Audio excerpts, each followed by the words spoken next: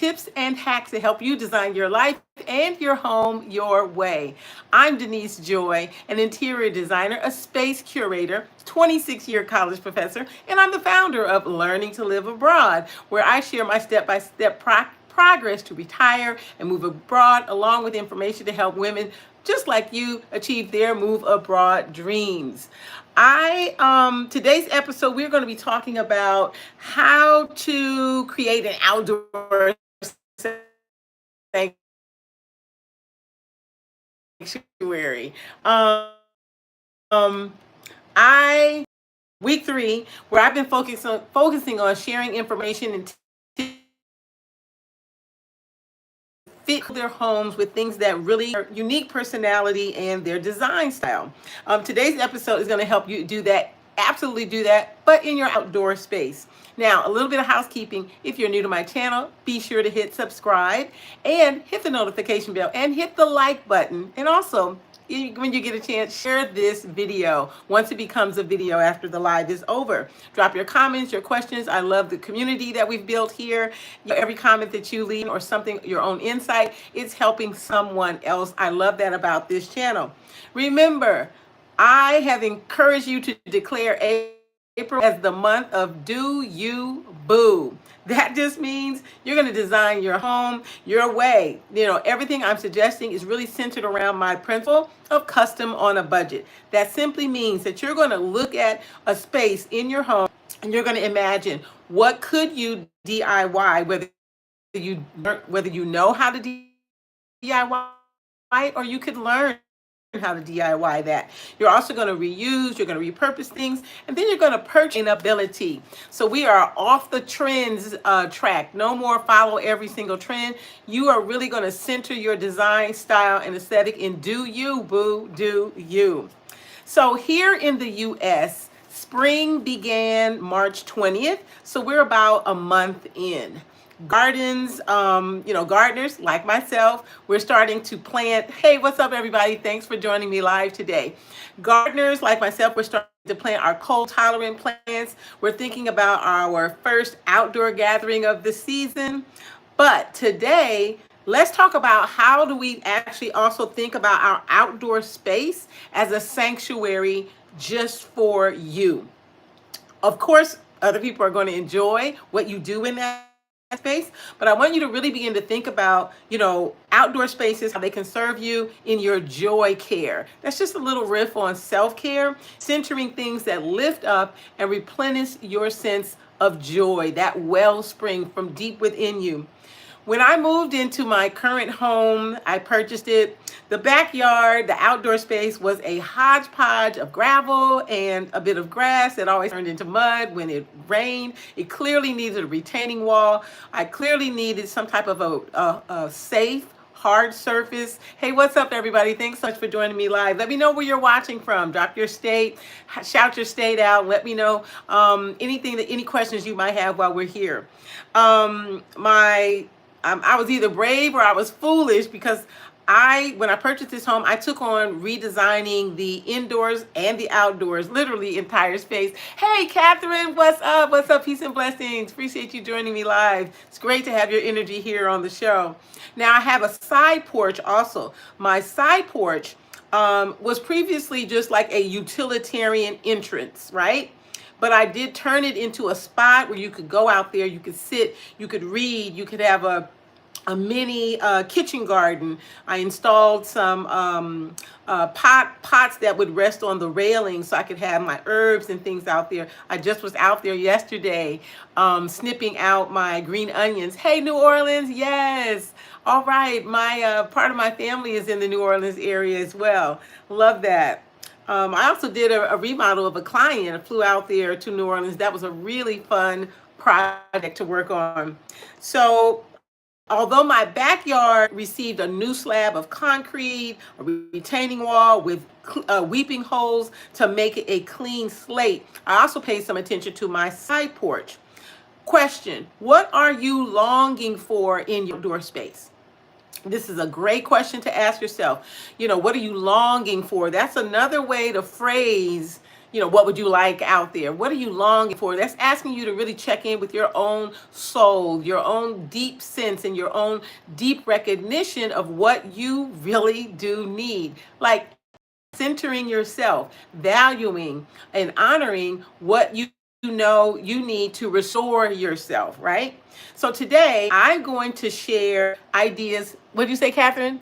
You mentioned that before your screen porch, your lady porch. Yes, yes, come on. I love that so much. On my side porch, I also put flowers. Now I've mostly transitioned it to mostly herbs and things because I am using it as a kitchen garden, right? The kitchen garden, for anyone who's watching, is where you would have your most accessed or most frequently accessed items closer to the kitchen door or to the side door or the back door or whatever door was closest to your kitchen.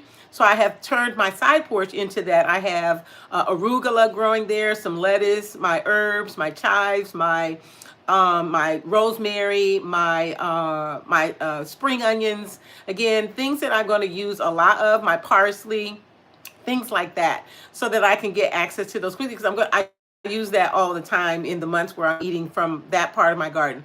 The larger part of my garden, where I have so many things growing right now, is a little bit farther away, but not that far.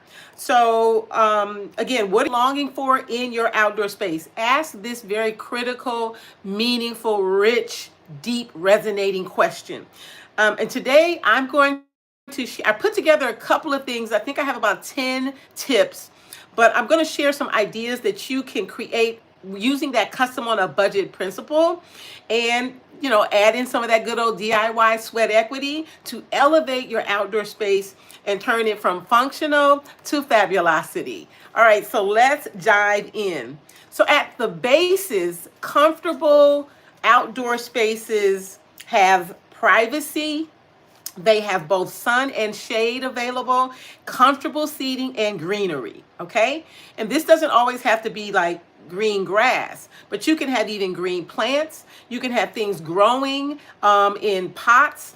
And this is all part of the very dynamic and really spiritual aesthetic of creating a comfortable outdoor space. Okay, and then as a little add-in, for those summer months, you really want a way to like deal with mosquitoes if that's an issue in the area you live in. So this is just like a fundamental basis for just a comfortable outdoor space. Privacy, meaning you don't want to be sitting and having people always being able to see you, because part of this creating outdoor sanctuary is also about protecting your energy so that you can restore and regalvanize your energy and perhaps even reclaim your energy, right? That value center for yourself. It's like they say don't give from a half full cup. You want to make sure that your cup is full. In fact, your cup is overflowing with the kind of rightly centered energy that you need to thrive, to be at your absolute best.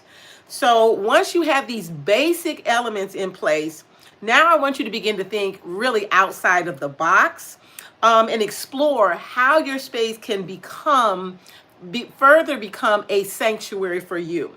What elements, here's another critical question I want you to ask yourself, what elements do you think will elevate your outdoor space and turn it into a sanctuary? We're going to come back to that question at the end. So let's go into some of my tips and suggestions. And remember, this is about having fun, thinking outside of the box, hearing something and saying, maybe that's for me. Maybe I could do that. Or you hear something and you're like, I'm going to riff on that. I'm going to riff on that, and I'm going to create something actually very specific. Hey, Imelda, I didn't see you have popped in. It's so wonderful to have you back. I love having you all live in the room with me. All right, tip number one. Y'all ready? Do you have a picnic basket? Do you have a picnic basket, or maybe a basket or a wooden or a metal tray so you can transport food, items, a drink, a book out to your outdoor space? You may have something and you can use this right in your home to repurpose. I do this often. I call it my picnic tray, and I'll put, my snack, and I usually put something to cover my snack. You can get those kind of outdoor woven nettings that you can put to sit over a plate or something. So like, insects won't either your item, your food, or your snack, my drink, and you can even have the drink covers on there, or you could just use a paper towel and put the straw in there, right? And I call that my picnic tray, and I usually have something to read. I always have some music, whether it's like a Beats pill or something where you can sync your iPhone, or if you don't have an iPhone, your phone to it. So you have some music.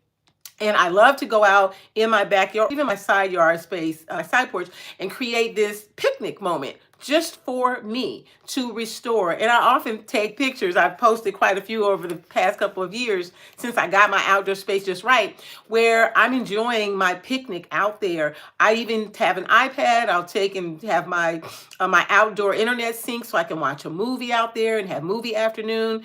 So this is one of the replenishing restoration moments that I create for myself in my outdoor space. That might be for you. Tip number 2, transform your outdoor area to a meditation space.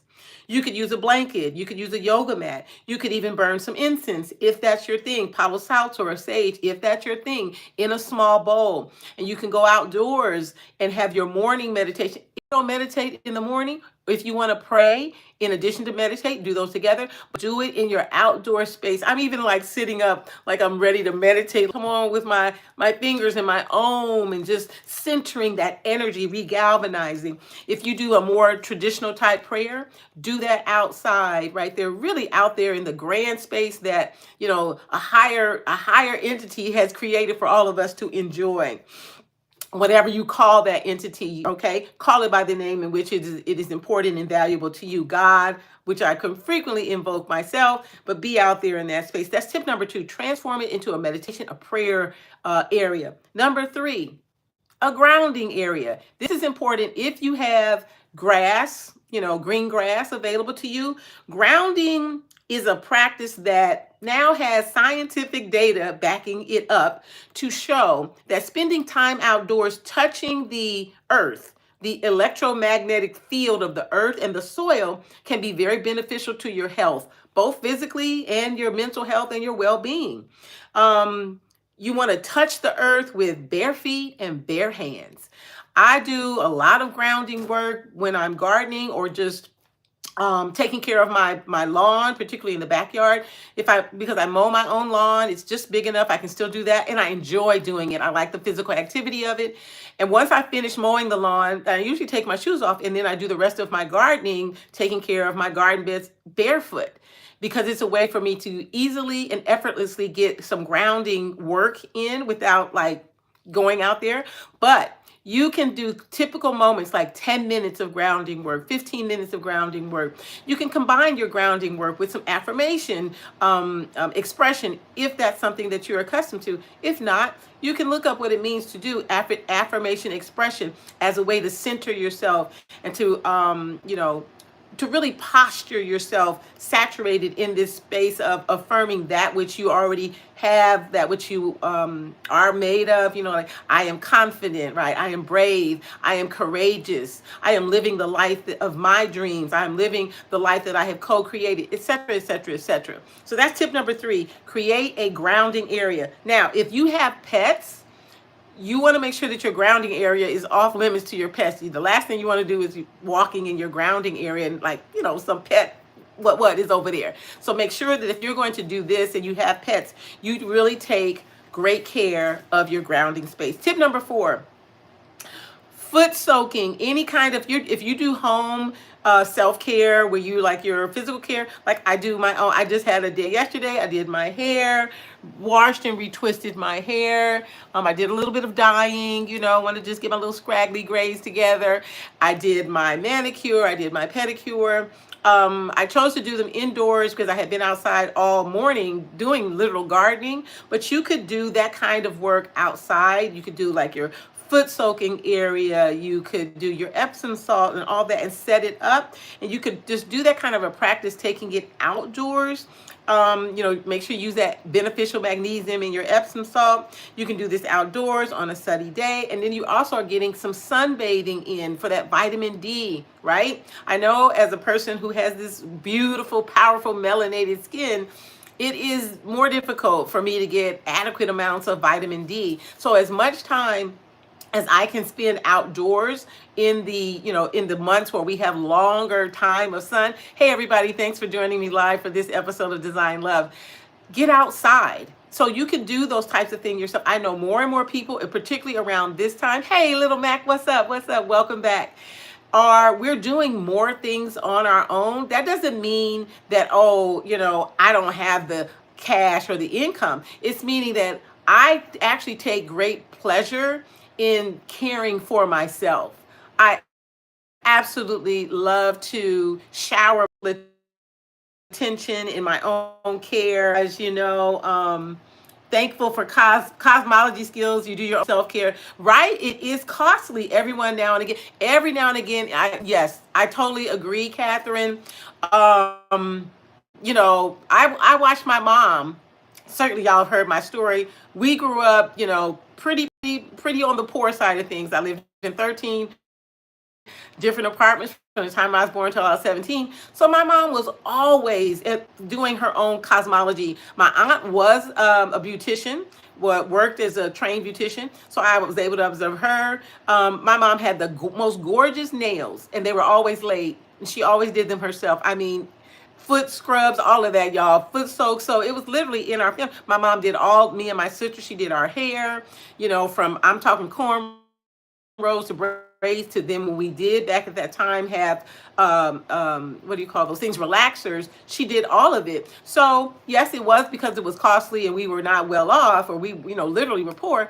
But I love the attention. So as we grew, my sister then used to braid my hair. We used to do each other's nails. It's something about fellowship and community. Now, with me saying this is your own personal sanctuary, but you're also showing that kind of communing with yourself. I mean, woo, it's also, it's a moment for me also where I get a lot of ideas. I get some brainstorming happening when I'm just showering myself with the kind of care and attention. They say you should show people how to treat you. That means you need to treat you how you would expect others to treat you. Don't wait for others to treat you with a high, quote, high value energy. You treat yourself that way. Now, yes, every now and again, like Catherine has said, oh, I'll quote splurge. I did a pedicure it was during the winter. We have a wonderful shop. I could literally walk there. And I was there and I said, you know what? I'm going to go ahead and get me the pedicure with all the bells and whistles. Loved it. Great. Enjoyed it. And then I went back to my ritual of putting that kind of energy towards myself. All right, number 5. Now, hire a cook and a waiter. Yes, hire a cook. Now, you could have the cook and the waiter in one. That person literally comes to your home, they cook in your home, or they bring the food already cooked and then they serve you throughout the day and everything. You're literally creating a meal. It could be a day, it could be for one meal, it could be brunch, right? Where you are having this party of one, like a tea party kickback, cold and hot tea for one with a great book, good music, right?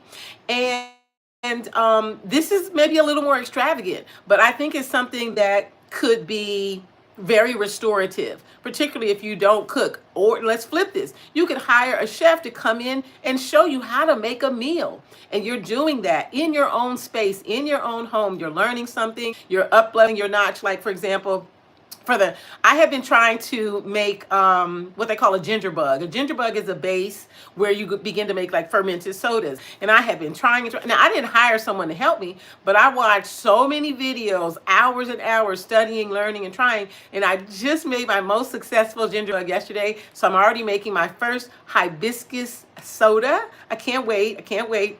But I could have also maybe hired someone to teach me and come in and show me how to do that. The same with a sourdough starter. I had successfully done a sourdough starter, maybe 6 months ago.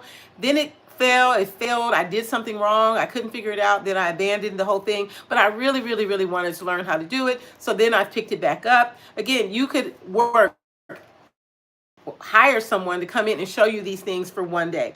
All right, number 6, a card party. Now, normally we think of a card party with like a whole group of people. Personally, I love to play solitaire, and I still like to get actual, you can play solitaire, almost you can play anything digital now, right? Like Scrabble, Words with Friends, solitaire.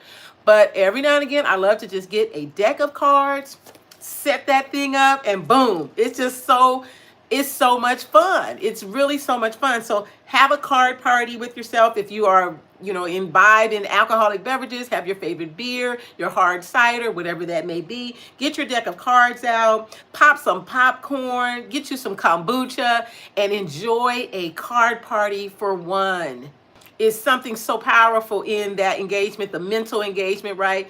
It's sort of it's skill, and it's also the luck of how the cards go. There's that. Number 7. Oh, let me know which ones of these already are interesting to you. Which one of these got your wheels going and you're like, oh, maybe not exactly that, but I'm going to flip that and turn that into something else. But you are being inspired and encouraged by these tips and these ideas. Number 7, become a green thumb. Garden in some containers or in the ground. It's usually easier to start gardening in containers, and even a plot as small as 4 feet by 4 feet can give you a really good return. Hey, what's up, Lisa? Welcome. I'm so glad you tuned in today live.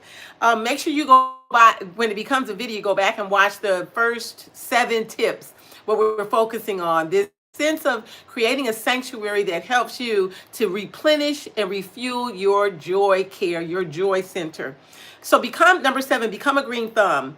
If you're not feeling ambitious, just start with your favorite herb. Like I said earlier, you can easily do rosemary.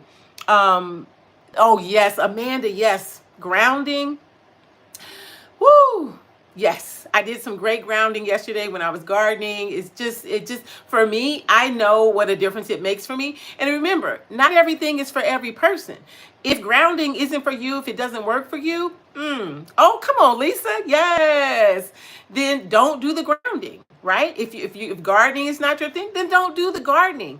But again, I encourage you to find something, at least that one thing, where you are treating your outdoor space as the sanctuary that helps to replenish, refuel, recenter, resituate, right? So again, become a green thumb. That's number 7. Number 8, plan a full-on staycation. Okay? That's meaning, I'm talking about we going a little higher end here, which is fine.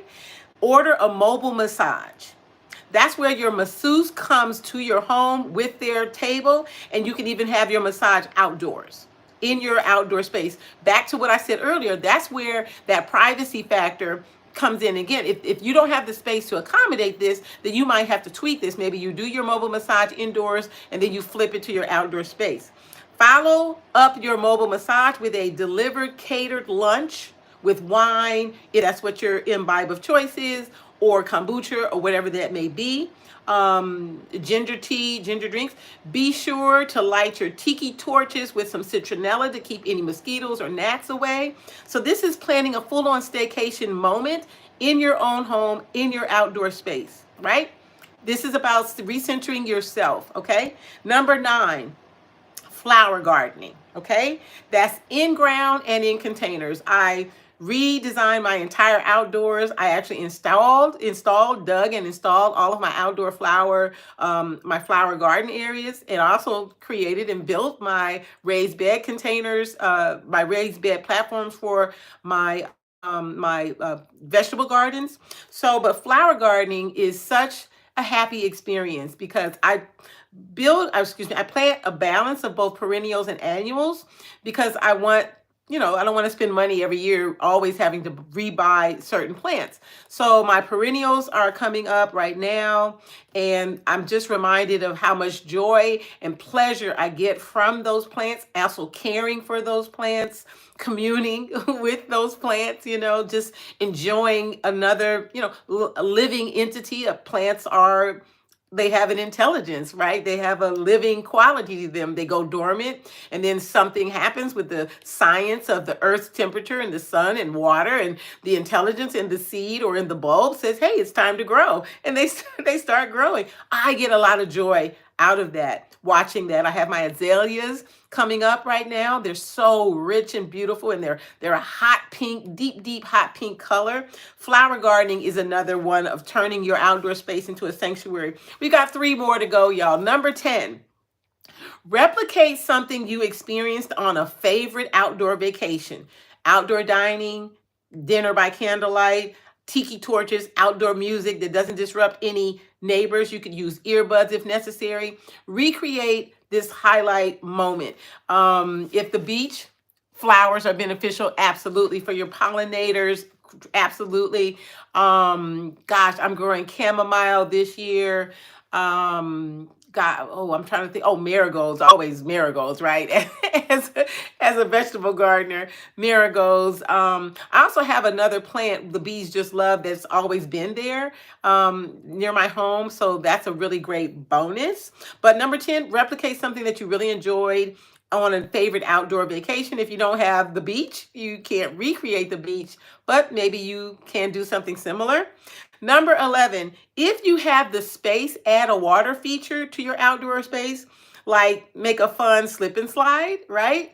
And just go old school. Like when we were kids, we used to have the slip and slides. You could buy them at the stores, no longer Kmart. I don't think Kmart exists anymore, but I remember my aunt would buy a slip and slide, put the hose on it, and whoo, we would have fun, the kids. And every now and again, my aunt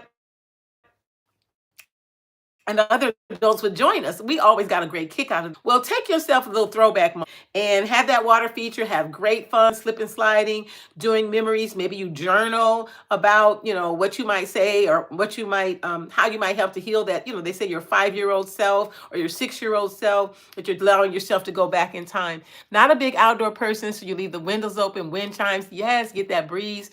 I too have wind chimes. Matter of fact, as a visual artist, when I was in art school in high school, I made a whole ton of wind chimes out of pottery, clay, and I used to sell them. They were a big seller. They were really loud. So that was something people had to get accommodated to. So if you have to get in that space, and if you play golf, you could maybe add a yes, blowing bubbles. So that's such a great idea, Lisa. I hadn't thought of that. That's a fun one. Niece and nephews, when they come, they love that. But exactly, that's something to add to going out there, letting yourself play and be free, right? We can live such lives of constriction. Adults only do this, or you only act like that when you're like out at the King's Dominion or some type of a park or something. And even then, you may still have constriction because you feel like you got to be in the role of this because maybe your kids or your grandkids or whatever. Where we can all be kids, inexpensive and fun. Absolutely, Catherine. We are kids at heart, right? We don't have to lose the energy and the enthusiasm and the momentum of things that have so much meaning to us when we're younger. We don't have to lose that vibe. We can encourage in the appropriate moments. Now, our final tip, number 12, is if you have a bigger budget, you can add, or you can save for this, like I did, add a metal or wood pergola to your outdoor space, because remember, you want to have both sun and shade access. I bought this was during COVID, I bought a metal pergola, had paid to have it installed, and then I purchased on my own some wood lattice privacy slats. Then I installed those myself so that I could have more privacy with my pergola, but still a lot of open air. There's a video, which I'll link later, that shows how I did that. It was just an excellent. I'm so glad I took that extra step. I already had a degree of privacy, but I wanted even more, because if neighbor comes out, which I adore my neighbor, and they look into my backyard, they don't often come out because they don't really have a deck and they don't use their backyard that much. But nonetheless, when I was having one of my private staycation sanctuary moments, I was like, I just want a little more privacy, and I love it. It's just the perfect thing. You could also create, if you have a deck and maybe a kitchen or a family room, you could install accordion folding doors, so you could have that indoor-outdoor access, which is so popular right now, and really build that in so you could have that kind of a vibe where you could build that space to go indoor-outdoor fluidity and have your barbecue station and your seating, etc. Again, that's a little bigger budget item, but you want to take advantage of adding those types of privacy elements. So every episode I close out with an affirmation of Design Love Podcast. So here's our affirmation for today. My outdoor space is my sanctuary, and I use it often to replenish my joy. I hope that you heard something. Either you're like, I'm going to co opt that, Denise Joy, I'm going to do that, or one of the tips that I shared is inspiring you to create your own sanctuary day, your own sanctuary moment where you are able to replenish.